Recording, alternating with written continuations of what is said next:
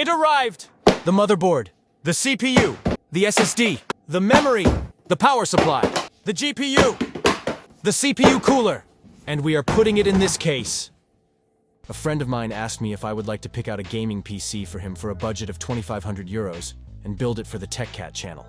I had to say yes, of course. With a budget like this, we can build something truly amazing.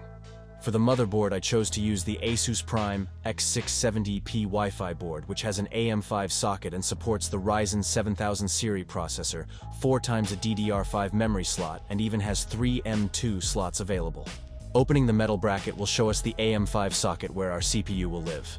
For the CPU, I went for an AMD Ryzen 7 7800X3D processor running at 4.2 GHz with a max turbo boost of 5 GHz, giving us plenty of power with its 8 cores and 16 threads. This processor uses the Zen 4 architecture with a TDP of 120 watts. With the pins being on the motherboard, we have to place the processor in here very carefully. If you bend a pin in the socket, the motherboard will no longer work properly, as it will cause a bad connection with the processor. In my experience, even when you are being extremely careful, these pins will snap off very easily if you try to bend them back. Doesn't it just look beautiful sitting there in its new home? Then moving on to the storage. Here I went for a Samsung 990 PRO, 4TB SSD. This SSD has a read speed of 7,450 megabytes per second and a write speed of 6,900 megabytes per second. The speed of this SSD is just insane. I remember that one of the SSDs that I bought a long time ago was blistering fast with its whopping 500 megabytes per second. It is insane how far we have come over the last years with computer hardware. The motherboard has a really cool feature here which I realized when placing the SSD. You don't need to screw it down as it has a tiny little hook that you can twist after slotting the SSD in place. A really nifty thing to see. Then afterwards, I will go ahead and take the plastic of the thermal pad before I place the cooling block back for the SSD with the 2 screws it came with. The slot I placed the SSD in is a PCIe 5.0 x4 slot, which will really help us unleash the power of this SSD. Now for the memory, I went with the Corsair 64GB DDR5 6400 kit.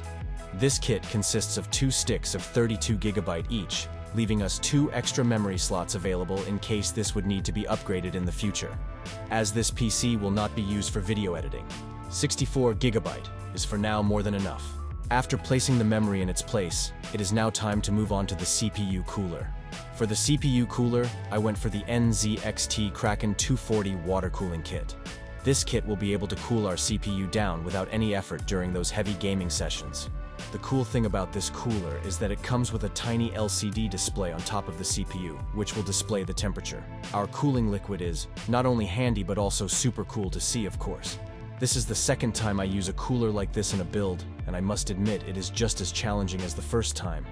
I'm just not used to how to place these coolers on top of a CPU and which bracket has to be placed in which way. Now that we have built everything on the motherboard that we could, it is time to move on to the PC case. The case I went for was the Fractal Design Torrent Compact in white. As you might have noticed from this build, white is the color I'm going for, as this is just a better look in my eyes. Just taking this case out of the box makes me want to buy one for myself as well. The quality is just amazing, as well as the looks. The case comes with 2 massive 180mm fans on the front behind a dust filter, and has a dust filter in the bottom as well. I always try to build as long as I can with the motherboard outside of the case. I feel that if you place the motherboard in first, it is a lot harder to get all the parts in correctly, as you are limited by the space available at that point. Now you might have noticed that the case doesn't have a good place to mount our 240 radiator on, but it actually does, just in the bottom. Now that the motherboard is mounted in place, I realized that I should have already connected the power cables for the CPU before doing so. As you see, it was quite some fiddling to get these in place correctly, but happily I was able to. Mounting the radiator in the bottom made me think afterwards that I should maybe have placed the fans of the radiator the other way around. At this moment, they are pushing air into the case, but it might be better if they were extracting the air, as the 2 massive fans in the front are also pushing air into the case. This is something I will check later by monitoring the temperatures correctly. Then now you can see me placing the power supply in its place. This is the Silverstone 850 watts fully modular white power supply. Moving on to the graphics card, here I went for the NVIDIA RTX 4070 graphics card. This card is of course also a white edition and comes with a whopping 12GB GDDR6X memory. This card comes with 2 fans that allow for better cooling and a lot less noise also than, for example, my GTX 1080 Founders Edition. Mounting it in place, I actually had to help the card move correctly past the motherboard on the side. Somehow this was a bit more difficult than expected, but all went good here, of course. Once the card is in, I connect the power cable towards the card, making me just notice one thing I didn't like that much on this power supply, which is that there is no single 8-pin cable, but it only came with cables providing 2 connectors, something that will look slightly off if you ask me. And with that, the build is complete, and we can place the side panel back on again to stare at the beauty of this build. But hey, building the PC is not everything. We need to, of course, test if it does work. Let's turn this bad boy on.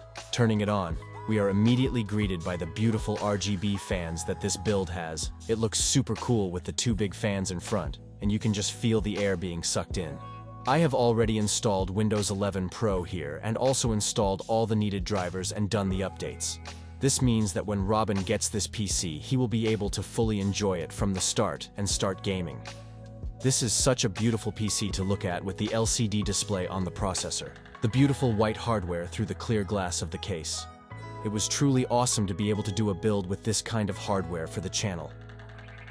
Shout out to you, Robin, for letting me build this for you. Much appreciated, and I hope you will enjoy this PC to the fullest. And of course, I hope all of you also really enjoyed this build. And if you want, give it a thumbs up and subscribe for more videos. Have a great day, you all.